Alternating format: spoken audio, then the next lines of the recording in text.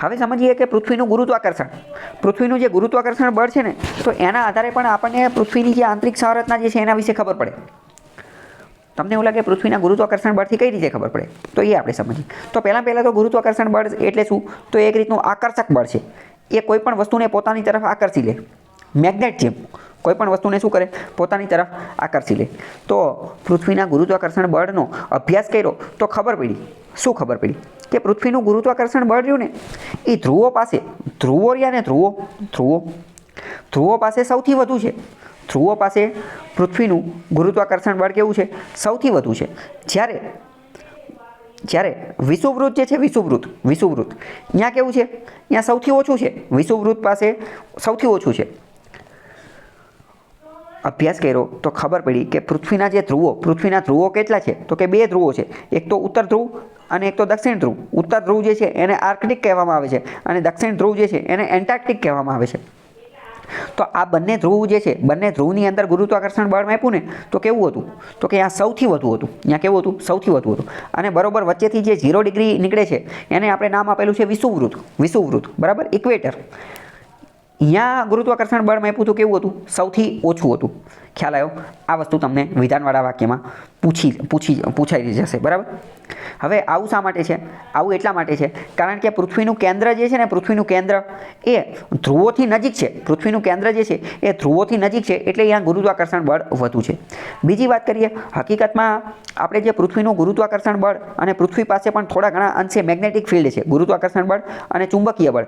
આ બંનેનું કારણ જે છે ને એ પૃથ્વીના પેટાળની અંદર જે લાવા ધરબાયેલો છે, પૃથ્વીના પેટાળની અંદર જે ધગધગતો લાવા ધરબાયેલો છે ને એના કારણે જ છે. એના કારણે તે ગુરુત્વાકર્ષણ બળ અને આ જે મેગ્નેટિક ફિલ્ડ એ બંને એના કારણે જ છે, બરાબર. તો ધ્રુવો ઉપર સૌથી વધુ છે એનું કારણ શું, કે કેન્દ્રથી નજીક છે, પૃથ્વીના કેન્દ્રથી ધ્રુવો નજીક છે એટલે. ઓકે, ખ્યાલ આવ્યો કે નહીં? ચલો, હવે નીચે એક ક્વેશ્ચન પૂછેલો છે. શું ક્વેશ્ચન પૂછેલો છે કે ચલો અહીંયા જો નીચે એક આના આધારે પણ તમે સમજી શકો, બરોબર વચ્ચે શું છે, આપણે ઇક્વેટર એટલે કે વિષુવવૃત્ત છે. વિષુવવૃત્તની લંબાઈ કેટલી છે, અમુક વાર એક ક્વેશ્ચન પણ પૂછાતો હોય છે. વિષુવવૃત્તની લંબાઈ છે 12,756 કિલોમીટર, 12,756 કિલોમીટર, બરાબર. ઉપર જે આવેલો છે, ઉપર ઉત્તર ધ્રુવ એને નોર્થ પોલ કહેવામાં આવે છે, જેને આર્કટિક કહેવામાં આવે છે. નીચે જે છે એને સાઉથ પોલ કહેવામાં આવે છે, એને એન્ટાર્કટિકા કહેવામાં આવે છે, બરાબર.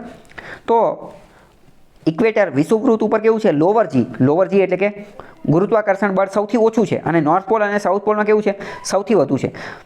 ઇક્વેટરથી તે નોર્થ પોલની જે લંબાઈ જે છે એ પણ અમુક વાર પૂછતા હોય છે અને સાઉથ પોલની જે છે એ પણ પૂછતા હોય છે. એ અહીંયા લખેલી છે તો તમને ખ્યાલ હોવો જોઈએ, બરાબર. ચલો, પણ હવે મારો એક બીજો પ્રશ્ન છે જે અહીંયા લખેલો પણ છે. તો સેટેલાઇટ લોન્ચ કરવા માટેનું રોકેટ જે છે એ કઈ જગ્યાએથી લોન્ચ કરવું જોઈએ, વિષુવવૃત્ત ઉપરથી લોન્ચ કરવું જોઈએ કે ધ્રુવો ઉપરથી લોન્ચ કરવું જોઈએ, વિચારીને તમે કહો તો. Right, very good. વિષુવવૃત્ત ઉપરથી, ઇક્વેટર ઉપરથી લોન્ચ કરવું જોઈએ. કેમ? કારણ કે અહીંયા ગુરુત્વાકર્ષણ બળ ઓછું હોય છે તો ફ્યુલ ઓછું જોશે, બળતણ ઓછું જોશે. શું જોશે? બળતણ ઓછું જોશે, બરાબર. ધ્રુવો ઉપરથી લોન્ચ કરો તો વધુ ગુરુત્વાકર્ષણ બળનો સામનો કરવો પડશે, વધારે ફ્યુલ જોશે. અને એટલે જ તો બધા વૈજ્ઞાનિકોએ આ બધો પતો લગાવ્યો અને કીધું કે ભાઈ બીજે ક્યાંયથી ન કરાય, જે બરોબર ઇક્વેટર વિષુવવૃત્ત જે છે ને ત્યાંથી જ કરવું જોઈએ, બીજે ક્યાંયથી ન કરવું જોઈએ. વૈજ્ઞાનિકોએ આખા વિશ્વની અંદર બધી જગ્યા ચેક કરી અને પછી એક સ્થળ નક્કી કર્યું કે આ સ્થળ રહ્યું ને એ વિષુવવૃત્તથી એકદમ નજીક છે અને અહીંથી જ આપણે રોકેટ લોન્ચ કરવું જોઈએ. અને એ જગ્યાનું નામ છે ફ્રેન્ચ ગુયેના. એ જગ્યાનું નામ શું છે? ફ્રેન્ચ ગુયેના. જો નીચે વર્લ્ડ મેપની અંદર પણ દર્શાવેલું છે, બરાબર. વર્લ્ડ મેપ નકશો જે છે એ અહીંયા ભારત છે, બરાબર. અને દક્ષિણ અમેરિકા ખંડ જે છે, દક્ષિણ અમેરિકા ખંડની અંદર ફ્રેન્ચ ગુયેના નામની જગ્યા આવેલી છે. ફ્રેન્ચ ગુયેના જે છે એ દક્ષિણ અમેરિકા ખંડની છે, પણ એની જે માલિકી જે છે એ ફ્રાન્સની છે. ફ્રાન્સ જે છે, એણે એની ઉપર કબજો જમાવી લીધેલો છે.